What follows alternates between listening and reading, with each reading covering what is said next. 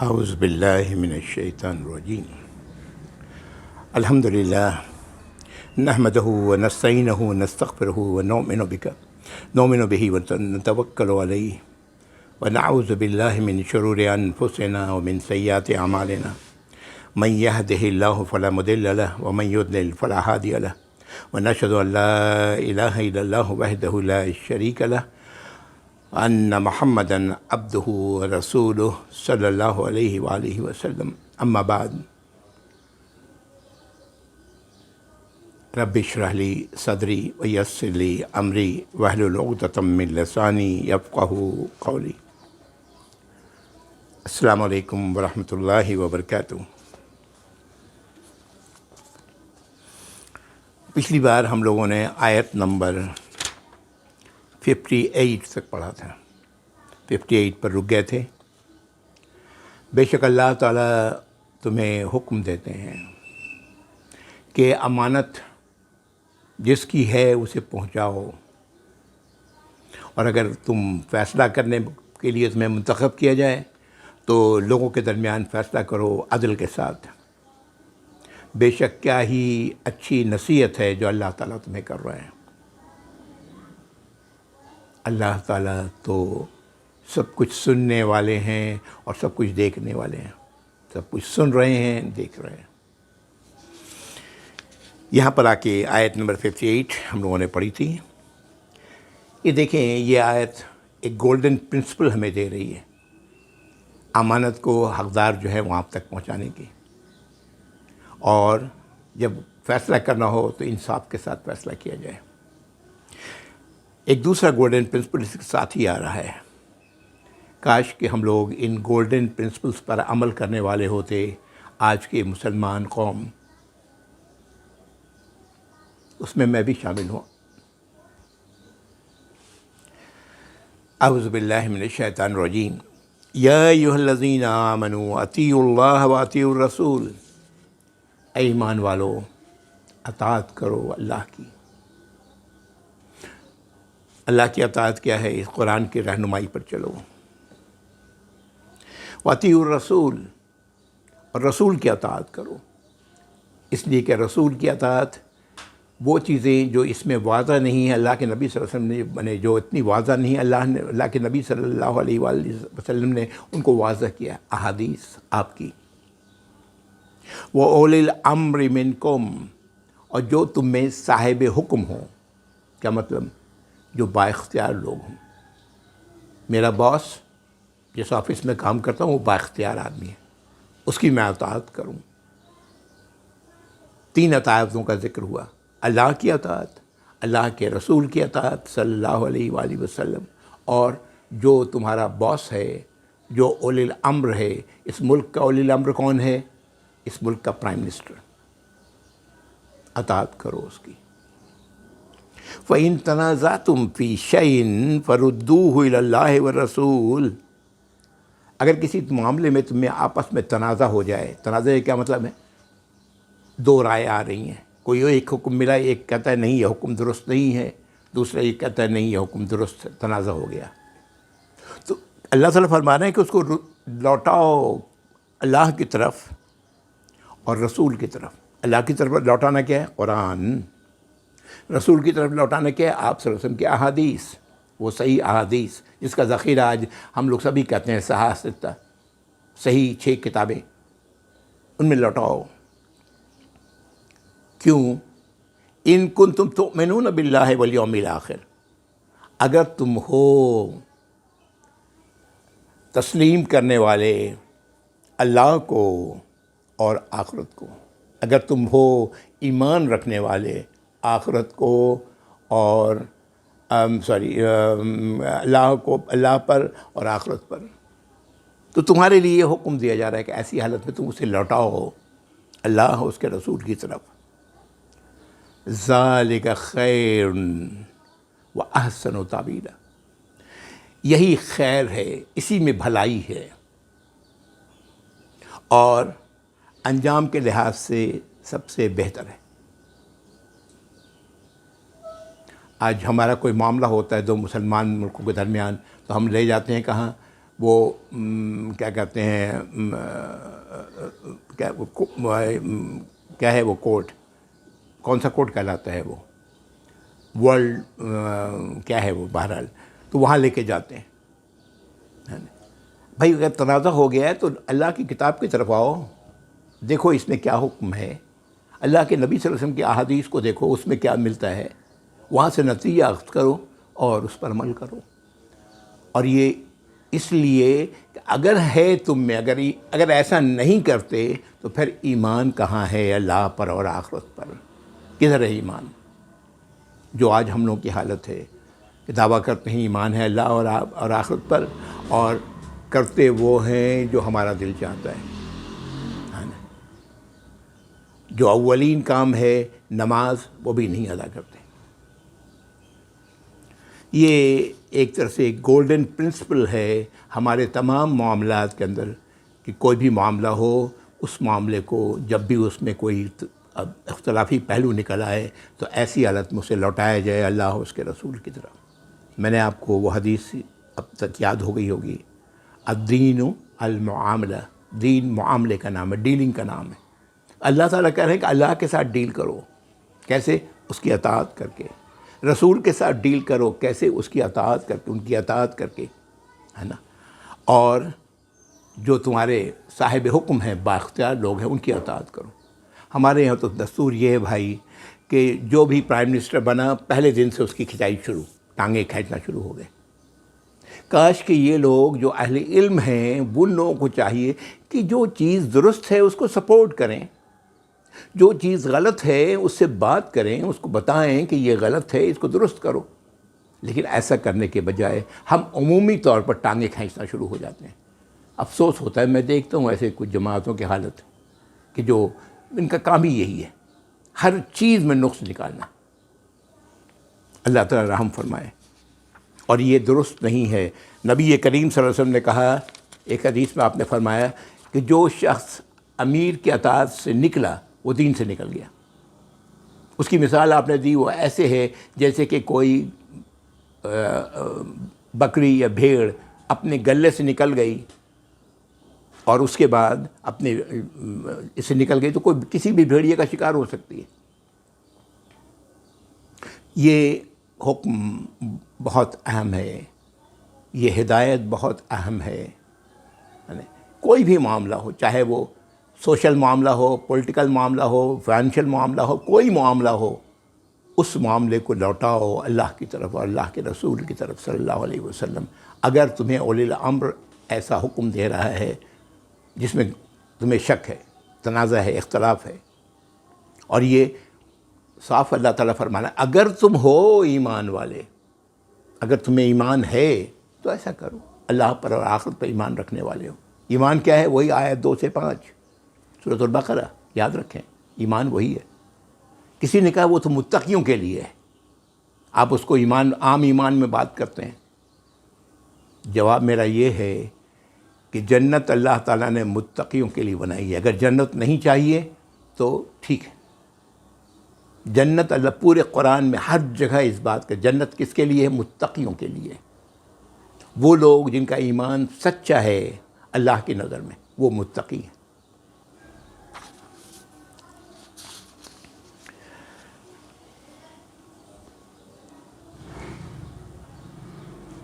اگلی آیت، الم تر الی الذین یزعمون انہم، اعوذ باللہ، الم تر الی الذین یزعمون انہم آمنوا بما انزل الیک وما انزل من قبلک. کیا تم نے نہیں دیکھا، کیا آپ صلی اللہ علیہ وسلم نے نہیں دیکھا ان لوگوں کو جو اس بات کا زوم رکھتے ہیں، ببانگ دہل اعلان کرتے ہیں، کس بات کا؟ کہ ہم نے ایمان لایا ہے اس چیز پر جو اے نبی صلی اللہ علیہ وسلم آپ پر نازل کی گئی، اور جو آپ سے پہلے نازل کی گئی. ٹھیک ہے، یہاں تک تو بات بالکل واضح ہے. اب ذرا دیکھیے، آگے دیکھیے. یریدون ان یتحاکموا الی الطاغوت، یہ چاہتے ہیں کہ اپنے معاملے کا فیصلہ کروانے کے لیے طاغوت کا رخ کریں. طاغوت کون ہے؟ طغا سے بنا ہے طاغوت، سرکشی کرنے والے، اللہ کے راستے سے ہٹانے والے، وہ سب طاغوت ہیں۔ یہ چاہتے ہیں کہ فیصلہ کروائیں ہم کس سے؟ طاغوت سے۔ وقد امروا، جبکہ ان کو اس بات کا حکم دیا جا چکا ہے، ان یکفروا بہ، کہ تم اس کا انکار کرو، طاغوت کا انکار کرو۔ ہر وہ شے جو اللہ کی نافرمانی کی طرف لے جانے والی ہے اس کا انکار کرو، اس کی طرف مت رخ کرو۔ تمہیں اس بات کا حکم دیا جا چکا ہے، ہدایت دی جا چکی ہے۔ وَيُرِيدُ الشَّيْطَانُ أَن يُضِلَّهُمْ ضَلَالًا بَعِيدًا، اور شیطان تو چاہتا ہے کہ انہیں گمراہ کر دے بہت دور کی گمراہی، یعنی واپسی پھر ممکن نہ ہو۔ کون، کس کے بارے میں کہا جا رہا ہے؟ جو دعویٰ کر رہے ہیں کہ ہم ایمان والے ہیں، ہم اس چیز پر ایمان رکھتے ہیں جو آپ پر نازل ہوا، ہم اس چیز پر ایمان رکھتے ہیں جو آپ سے پہلے نازل ہوا صلی اللہ علیہ وسلم۔ پھر وہی آیت 2 سے 5 دیکھیے، اس میں یہی ملے گا آپ کو، یہی جملہ ملے گا وہاں پر، ہے نا؟ یؤمنون بما انزل الیک وما انزل من قبلک، یہی جملہ ملے گا۔ ان کو تو اس بات کا حکم دیا جا چکا ہے ایسے لوگوں کو، اس لیے کہ اب تو یہ اللہ کی فرما برداری میں آ گئے ہیں، تو اب اللہ ان کا آقا ہے، انہیں تو حکم دیا جا چکا ہے اس بات کا کہ طاغوت کا انکار کریں، طاغوت سے تعلق نہ جوڑیں۔ وہ آیت بھی آپ یاد کریں، سورۃ البقرہ میں پڑھ چکے ہیں، ہے نا؟ ان الذین، کیا ہے؟ اللہ ولی الذین آمنوا، اللہ ولی ہیں ایمان والوں کے لیے، یخرجہم من الظلمات الی النور، اندھیروں سے نکال کر روشنی میں لاتے ہیں۔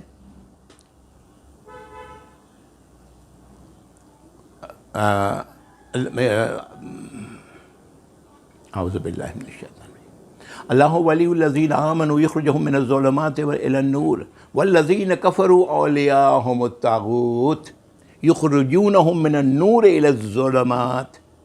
اللہ تو ولی ہیں ان لوگوں ایمان والوں کے کہ انہیں اندھیروں سے نکال کے روشنی کی طرف لاتے ہیں۔ روشنی کیا ہے؟ اللہ کی ہدایت۔ اور جو لوگ طاغوت جن کے ولی ہیں وہ کیا کرتے ہیں؟ روشنی سے ہٹا کر کے پھر اندھیروں میں لے کے جاتے ہیں، یہ طاغوت ہے۔ تو اللہ تعالیٰ فرمانا ہے کہ یہ لوگ زوم ہیں ان کو اس بات کا، ببانگ دہل کرتے ہیں، جی میں تو ایمان والا ہوں۔ اچھا، پھر یہ فیصلہ کرانے کے لیے کیوں لے جا رہے ہو طاغوت کے پاس، جبکہ اس سے روکا گیا ہے؟ شیطان ہے یہ، طاغوت تو شیطان ہی ہے، کوئی بھی ہو، شیطان ہو یا شیطان کے چیلے ہوں۔ شیطان تو چاہتا ہے، وہ شیطان جس نے آدم علیہ السلام کو گمراہ کیا، ابلیس، وہ تو چاہتا ہے کہ تمہیں گمراہ کر دے، انہیں گمراہ کر دے، اور بہت دور کی گمراہی میں۔ وَإِذَا قِيلَ لَهُمْ تَعَالَوْا إِلَىٰ مَا أَنزَلَ اللَّهُ وَإِلَى الرَّسُولِ، جب ان سے کہا جاتا ہے کہ آؤ اس چیز پر کی طرف جو اللہ نے نازل کی ہے، اذا قیل لهم تعالوا الى ما انزل اللہ، اس چیز کی طرف جو اللہ نے نازل کی ہے، وإلی الرسول، اور رسول کی طرف، رأیت المنافقین یصدون عنک صدودا۔ لیجیے جناب، ڈگری مل گئی۔ کون ہیں یہ لوگ؟ اللہ تعالیٰ فرما رہے ہیں رأیت المنافقین، آپ دیکھتے ہیں منافقوں کو، یصدون عنک، وہ روکتے ہیں آپ سے، صدودا، بہت زبردست روکنا۔ یہ کام، یہ ایسے لوگ منافق ہیں۔ میں نہیں کہہ رہا ہوں، اللہ کی کتاب کہہ رہی ہے۔ میں نے آپ کے سامنے آیت نمبر 60 پڑھی، آیت نمبر 61 اللہ تعالیٰ فرما رہے ہیں کہ جب ان سے کہا جاتا ہے کہ آؤ اللہ اس چیز کی طرف جو اللہ نے نازل کی ہے اور رسول کی طرف، تو یہ روکتے ہیں۔ کون ہیں یہ؟ منافقین، اور روکنا بھی بہت شدید روکنا۔ دیکھیے، منافق وہ ہے، یاد رکھیں، ہم لوگوں کے ہاں کہا گیا جی ایک منافق ہوتا ہے جی وہ اعتقادی منافق ہوتا ہے، ایک منافق ہوتا ہے عملی منافق ہوتا ہے۔ یہ بہرحال یہ بات کہی جاتی ہے۔ وہ شخص جو اللہ کے راستے سے جان بوجھ کر کے رک رہا ہے اور جان بوجھ کے روک رہا ہے، وہ کیا ہے؟ اللہ تعالیٰ فرما رہے ہیں منافق ہے۔ ایک ایمان والا غلطی اس سے ہوتی ہے، فوراً وہ توبہ کرتا ہے، استغفار کرتا ہے، اللہ سے معافی چاہتا ہے، طلب کرتا ہے، لیکن جو اپنے اس حرکت پہ اڑا رہا وہ تو وہی کام کر رہا ہے جو ابلیس نے کیا ہے۔ جب انہیں کہا جاتا ہے آؤ اس طرف تو نہیں آتے، روک رہے ہیں۔ فَكَيْفَ إِذَا أَصَابَتْهُم مُّصِيبَةٌ بِمَا قَدَّمَتْ أَيْدِيهِمْ، تو کیا ہوگا اس وقت جب ان پر کوئی مصیبت آئے گی جو انہوں نے خود اپنی حرکتوں سے کیا ہے، اپنے ہاتھوں کیا ہے۔ ثُمَّ جَاءُوكَ يَحْلِفُونَ، پھر آپ کے پاس ہی آئیں گے قسم کھاتے ہوئے، حلف اٹھاتے ہوئے، اللہ کی قسم، اللہ کی قسم، میں وہاں اس لیے نہیں گیا تھا، میں کس لیے حلف اٹھاتے ہوئے دیکھے، جاؤک یحلفون باللہ، اللہ کی قسم، ان اردنا الا احسانا و توفیقا، ہمارا ارادہ تو تھا ایک خوبصورتی کے ساتھ معاملے کو طے کرنے کا، احسان کا، اچھائی کا، بہت ہی خوبصورت۔ طاغوت کے پاس اس لیے گئے تھے کہ ہمارا ارادہ یہ تھا، و توفیقا، اور اللہ تعالیٰ اس معاملے میں ایک ایسا توفیق پیدا، موافقت پیدا کرنے جو بھی اختلاف کا معاملہ ہے اس میں، اس لیے ہم گئے تھے۔ یہ کب آئیں گے؟ جب ان پر کوئی اپنی حرکت کی وجہ سے کوئی مصیبت آئے گی۔ اس کے پیچھے بڑا خوبصورت واقعہ ہے، میں اس واقعے کو چھوڑ رہا ہوں، میں آج کا قرآن پڑھ رہا ہوں۔ ہم ایسے لوگوں کا، جب وہ ایسے لوگ کہیں مصیبت میں پھنس جاتے ہیں پھر قسمیں کھا کر کے آتے ہیں کہ ہم تو بھائی اچھی نیت سے گئے تھے، ہماری نیت اچھی تھی، اللہ جانتا ہے، اللہ کی قسم۔ اولئک الذین یعلم اللہ ما فی قلوبہم، یہ وہ لوگ ہیں جن کے بارے میں اللہ جانتے ہیں ان کے دلوں میں کیا تھا۔ وہ تو اس لیے گئے تھے کہ ان کو ادھر کچھ نظر آ رہا تھا، کچھ دنیاوی فائدہ۔ اولئک الذین یعلم اللہ ما فی قلوبہم، اللہ، یہ وہ لوگ ہیں جن کے بارے میں اللہ تعالیٰ جانتے ہیں کہ ان کے دلوں میں کیا تھا۔ فَأَعْرِضْ عَنْهُمْ، ان سے اعراض کرو، درگزر کرو، چھوڑ دو، ان سے مت الجھو، بات مت کرو۔ وَعِظْهُمْ، اور ان کو نصیحت کرو۔ وَعِظْهُمْ وہی لفظ ہے، واعظ کرو، نصیحت کرو۔ وَقُلْ لَهُمْ فِي أَنفُسِهِمْ قَوْلًا بَلِيغًا، اور ان سے وہ بات کرو جو ان کے دلوں تک پہنچ جائے، اس لیے کہ دعوت تو کر رہے ہیں جس چیز کا وہ ہے نہیں ان کے اندر، ایسی بات کریں آپ ان سے کہ ان کے دلوں تک وہ بات پہنچ جائے۔ ضروری نہیں کہ اسی وقت کریں، کسی اور وقت بھی کیا جا سکتا ہے۔ آ گئی بات سمجھ میں؟ ہم سب مسلمان ہیں اور ہم سب میں یہ ایک ایسا کردار ملتا ہے۔ اللہ تعالیٰ مجھے اور آپ کو ایسے کردار سے، میں آنے سے، ایسے کردار والوں سے ذرا محفوظ ہی رکھیں۔ وَمَا أَرْسَلْنَا مِن رَّسُولٍ إِلَّا لِيُطَاعَ بِإِذْنِ اللَّهِ، اللہ تعالیٰ فرما رہے ہیں کہ نہیں بھیجا گیا، ہم نے رسولوں کو نہیں بھیجا، ہم نے نہیں بھیجا رسول کو، من رسول، کسی بھی رسول کو، إِلَّا لِيُطَاعَ، اس لیے بھیجا گیا کہ اس کی اطاعت کی جائے۔ رسولوں کو بھیجنے کا مقصد اللہ تعالیٰ بتا رہے ہیں، رسولوں کو ہم نے اس لیے بھیجا کہ لوگ ان کی اطاعت کریں، بِإِذْنِ اللہ، اللہ کے اذن سے، اللہ کی اجازت سے۔ یعنی اطاعت تو اللہ کی ہے، آقا تو اللہ ہیں، لیکن اللہ نے اس بات کی اجازت دی ہے کہ رسول کی اطاعت کرو، بِإِذْنِ اللہ۔ وَلَوْ أَنَّهُمْ إِذ ظَّلَمُوا أَنفُسَهُمْ، اور اگر یہ لوگ جنہوں نے اپنی جانوں پر ظلم کیا ہے، جاؤک، آپ کے پاس آتے، واستغفر اللہ، اللہ سے استغفار کرتے، مغفرت طلب کرتے، واستغفر لهم الرسول، اور ان کے لیے رسول استغفار کرتے صلی اللہ علیہ وسلم۔ یہ اس وقت کی بات ہے جب رسول باحیات تھے۔ آج رسول استغفار کرنے میں آج وہ برزخی زندگی گزار رہے ہیں۔ لوجد اللہ تواب الرحیمہ، تو یہ پاتے اللہ کو بہت ہی زیادہ توبہ کا قبول فرمانے والا اور رحم فرمانے والا۔ اس آیت کو بھی ان لوگوں نے بہت کوٹ کرتے ہیں، وہ لوگ جو آج بھی نبی کریم صلی اللہ علیہ وسلم کو حاضر و ناظر جانتے ہیں۔ افسوس کی بات ہے، پورا قرآن تو کچھ اور کہہ رہا ہوتا ہے، اور وہ ان کی اپنی سوچ کچھ اور ہے۔ سوچیں جو چاہیں آپ سوچیں، اللہ نے تو کوئی پابندی نہیں رکھی، لا اکراہ فی الدین، دین پر کوئی زبردستی نہیں۔ قد تبین الرشد من الغی، ہدایت کا راستہ اور کو واضح کر دیا گیا ہے ٹیڑھے راستے سے، اللہ نے واضح کر دیا ہے، یہ کتاب ہدایت کا راستہ ہے نا۔ یہاں کہا جا رہا ہے کہ اگر وہ لوگ رسول کو اللہ تعالیٰ نے بھیجا ہی اسی لیے کہ ان کی اطاعت کی جائے، اور جن لوگوں نے ظلم کیا اپنے پر، اگر وہ اللہ سے استغفار کرتے اور آپ بھی یا نبی صلی اللہ علیہ وسلم ان کے لیے استغفار کرتے تو اللہ تعالیٰ کو وہ پاتے، توبہ کا قبول فرمانے والا اور بہت زیادہ رحم فرمانے والا ہے نا۔ یہاں پر تھوڑا سا ایک چیز کہتا چلوں، آج کرونا وائرس کے سلسلے میں یہ باتیں تو بہت کہی جا رہی ہیں، میں نے کئی اہل علم کو سننے کا موقع ملا ہے کہ استغفار کرو، درست بات ہے۔ نبی کریم صلی اللہ علیہ وسلم بغیر کسی کرونا وائرس کے آپ نے فرمایا کہ میں دن میں 70 بار سے زائد استغفار کرتا ہوں۔ کیا آپ کو اس کی ضرورت تھی صلی اللہ علیہ وسلم؟ انبیاء اور رسول تو اللہ کی ہدایت پر 100% عمل کرنے والے ہوتے ہیں، یہ ہمارے لیے تھا، پہلی بات۔ دوسری بات، یہ کہتے ہوئے میں نے نہیں سنا کہ استغفار قبول تبھی ہوگا تمہارا جب تم اپنے غلط کاموں پر اللہ سے معافی طلب کرو گے، دل سے، شرمندگی کے ساتھ، اپنے کیے پر پشیماں ہوگے،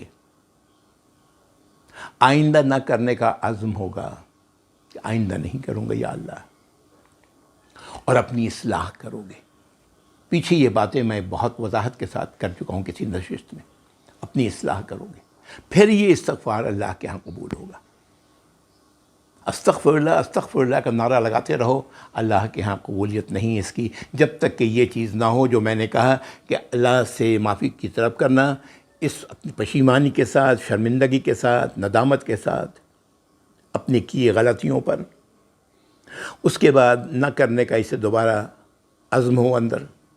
یہاں اللہ تو دلوں کا حال جانتے ہیں، اور اپنی اصلاح کرو۔ ہماری حالت یہ ہے کہ ہم استغفار تو کر رہے ہیں، جو کر رہے تھے وہی ابھی بھی کر رہے ہیں، تو یہ استغفار کیا ہے؟ مذاق ہے۔ یہ بات میں نے لوگوں سے نہیں سنی، میں نے جتنی بھی تقاریر سنی ہیں اس سلسلے میں کرونا وائرس کے حوالے سے، اس میں کہیں یہ بات کہیں نہیں میں نے سنی۔ اصل چیز تو یہ ہے، استغفار کی قبولیت کی وجہ یہ ہے، خالی استغفر اللہ کہنے سے استغفار قبول نہیں ہوتا، مغفرت نہیں ملتی۔ فلا وربک، پھر ایک قانون دیا جا رہا ہے، سنیں، پھر ایک گولڈن پرنسپل آ رہا ہے، فلا وربک لا یؤمنون حتی یحکموک فیما شجر بینہم، تو نہیں، اور آپ کے رب کی قسم اے نبی صلی اللہ علیہ وسلم، یہ ایمان نہیں رکھتے یہاں تک کہ آپ کو اپنے معاملات میں حکم بنائیں، فیصلہ کرنے والا بنائیں، فیما شجر بینہم، جس میں ان کا اختلاف ہوا ہے، جس معاملے میں، اس میں آپ کو حکم بنائیں۔ پیچھے طاغوت کی بات کی گئی نا، وہاں لے جا رہے ہیں، نہیں، آپ کو حکم بنائیں، آپ سے فیصلہ کروائیں۔ ثم لا یجدوا فی انفسہم حرجا، پھر وہ اپنے اندر کوئی حرج، کوئی تنگی محسوس نہ کریں، مما قضیت، اس چیز پر جو آپ نے فیصلہ کر دیا ہے، وَيُسَلِّمُوا تسلیما، اور اس کو سر جھکا کے تسلیم کر لیں، دل کی گہرائی سے مان لیں۔ یہ آیت آج کیا کہہ رہی ہے؟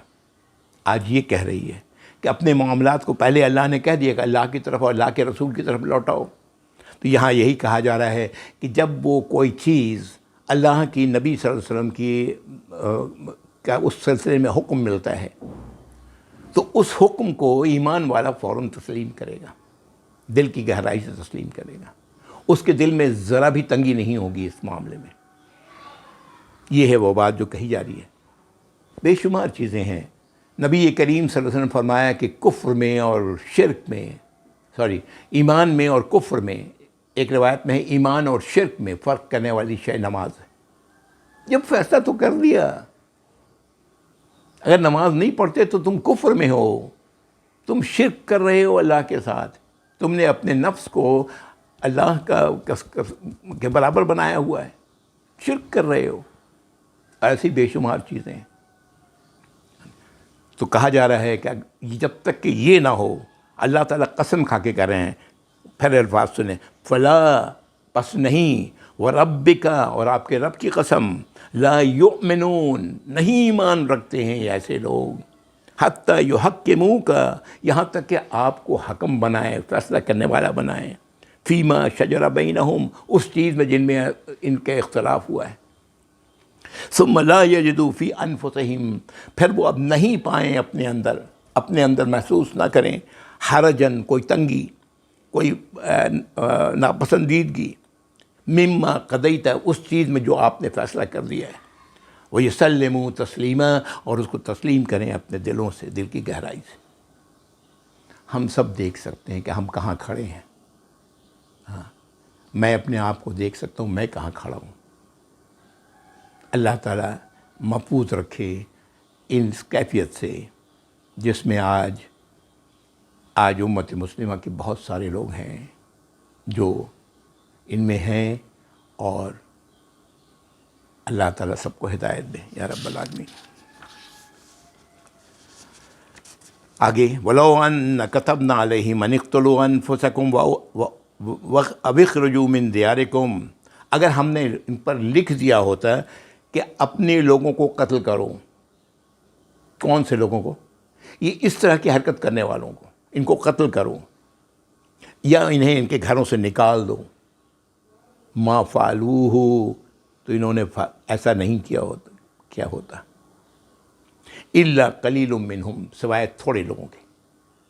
یہ کیا ظاہر کر رہا ہے؟ ایمان والے وہ ایمان جو اللہ کے ہاں معتبر ہے وہ تھوڑے لوگ ہیں. وَلَوْ أَنَّهُمْ فَعَلُوا مَا يُوعَظُونَ بِهِ اگر انہوں نے کیا ہوتا وہ جس کی انہیں وصیت کی گئی، جس کی انہیں نصیحت کی گئی، وہی لفظ وَعِظُونَ نصیحت کی گئی، لَكَانَ خَيْرًا لَهُمْ یعنی اس بات کا کہ اگر ہم نے ان پر لکھ دیا ہوتا ایسا کہ اپنے لوگوں کو قتل کرو، انہیں گھروں سے نکالو، تو یہ کام نہیں کرتی ہے سوائے تھوڑے لوگوں کے. اور پھر اللہ تعالیٰ کے اگر انہوں نے ایسا کیا ہوتا جس کی نصیحت کی گئی تو یہ ان کے لیے بہتر ہوتا، خیر لہم واشد تثبیتا اور ان کی قدموں کو جمانے کے لیے بہت ہی شدید بات ہوتی جو ان کے قدموں کو مزید دین پر جماتی، صراط مستقیم پر جمائے رکھتی.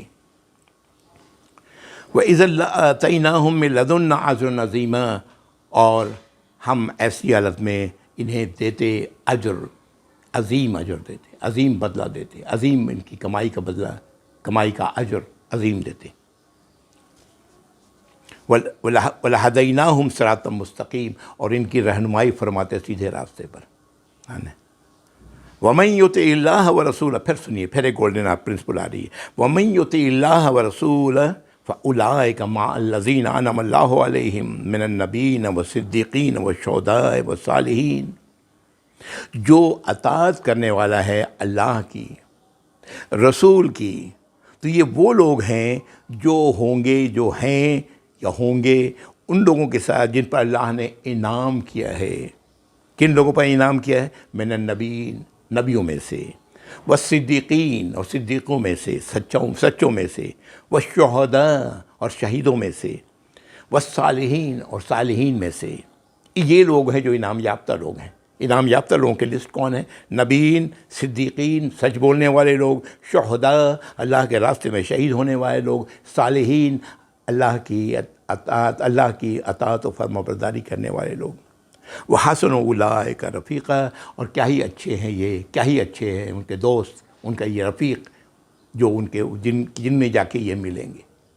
یاد کریں سورۃ الفاتحہ، اہدنا الصراط المستقیم صراط الذین انعمت علیہم، وہ راستہ یا اللہ کی رہنمائی فرمائی، جس پر چلنے والوں پر آپ نے انعام کیا۔ یہ ہیں وہ لوگ جنہوں پر اللہ نے انعام کیا ہے۔ نبیین تو خیر ظاہر ہے ہم میں سے کوئی نہیں ہو سکتا، سوائے اس بات کے کہ ایک حدیث میں ہے کہ اہل علم ہی اس امت کے انبیاء ہیں، ایک آپ نے فرمایا ہے صلی اللہ علیہ وسلم۔ بہرحال تو یہ نبیین، صدیقین، شہداء اور صالحین، وحسن اولئک رفیقا، کیا ہی بہتر ہیں وہ لوگ جو جن کے ساتھ یہ ملیں گے جا کے۔ ذالک فضل اللہ وکفیٰ باللہ علیما، یہ ہے اللہ کا فضل۔ حقیقتاً اللہ کا فضل یہی ہے جس پر اللہ کا انعام ہوا، یہی اللہ کا فضل ہے جو ابد آباد تک اللہ کا فضل ان کے پاس ہوگا۔ دنیا میں تو فضل جو اللہ کا ہے وہ ہم ختم کر دیتے ہیں، یہاں کھا پی کر کے اللہ کے راستے میں دے کے ختم کر دیتے ہیں۔ یہ ہے وہ عظیم فضل جس کی بات کی جا رہی ہے۔ ذالک فضل من اللہ، اللہ کے فضل میں سے یہ ہے وہ فضل۔ وکفیٰ باللہ علیما، اور اللہ کافی ہیں اس بات کو جاننے کے لیے۔ آیت نمبر 70 رک رہا ہوں یہاں پر، ان آیات پر غور کریں۔ کئی گولڈن پرنسپلس ہمیں ان آیات میں ملے۔ ہمیں اللہ رب العزت سے دعا کریں کہ یا اللہ ہم ان گولڈن پرنسپل پر، میں اور آپ ان گولڈن پرنسپل پر چلنے والے ہوں، اور یہ اللہ کا یہ فضل ہمیں نصیب ہو جس کا یہاں پر ذکر ہو رہا ہے۔ وآخر دعوانا الحمدللہ رب العالمین وصلی اللہ علی محمد وآلہ وصحبہ اجمعین۔ جزاکم اللہ خیر، والسلام علیکم ورحمۃ اللہ وبرکاتہ۔